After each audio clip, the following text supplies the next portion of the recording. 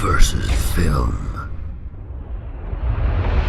Hi, I'm Graham. Welcome to Man vs. Film. This is going to be a review for Batman v Superman: Dawn of Justice. Directed by Zack Snyder, the man who did 300, Watchmen, Dawn of the Dead, the fantastic Sucker Punch in my opinion, and the not so great Man of Steel. Starring Ben Affleck, Henry Cavill, Amy Adams, Jesse Eisenberg, Jeremy Irons, Gal Gadot, Holly Hunter, Scoot McNairy, Diane Lane, Lawrence Fishburne. It's an action-packed cast. Scarred by the effects that Superman's battle with Zod had over Metropolis, Batman resolves to rid the world of this alien Superman who has the power to destroy the full planet if he so wished. I had to think this movie over a good bit before I could do my review. It's been almost a week since it was released in the cinemas and I've had to think long and hard on this one.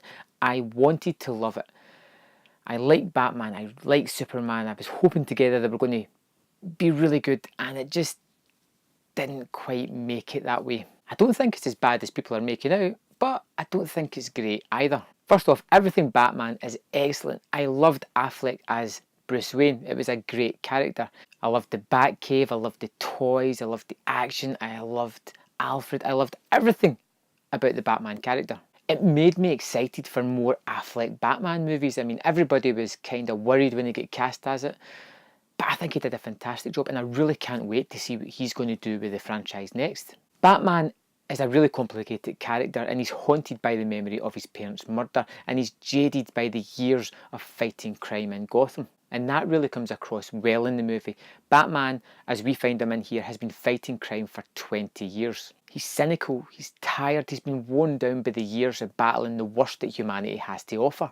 Always suspicious and unwilling to look for the good in people, always suspecting that they've got bad motivations. The character's really well fleshed out, in my opinion, and it's clear to see why he is afraid of Superman. Secondly, everything Superman in the movie was really tedious, boring, and just completely uninteresting. I mean, this character, for all intents and purposes, is a god, but he's portrayed as a kind of G-shucks, all-American kind of guy, or he should be that way. Someone who wants to do as much good for humanity as he possibly can, but in this one, he's a kind of emo Superman, a man with a conscience, a kind of worried about what the people are going to think of him. And who wants to see a sad Superman? It's definitely a more political aspect to the movie, Superman worried about the effect he's having on the planet, and it's just not that interesting or involving. Even his alter ego Clark Kent seems moody and sullen, and the character's take on Batman is like a spoiled child who's throwing a tantrum because someone is getting more limelight than what he thinks he should be getting. If anything, the movie asks the question, does Superman want to be the only hero? Does he have a god complex?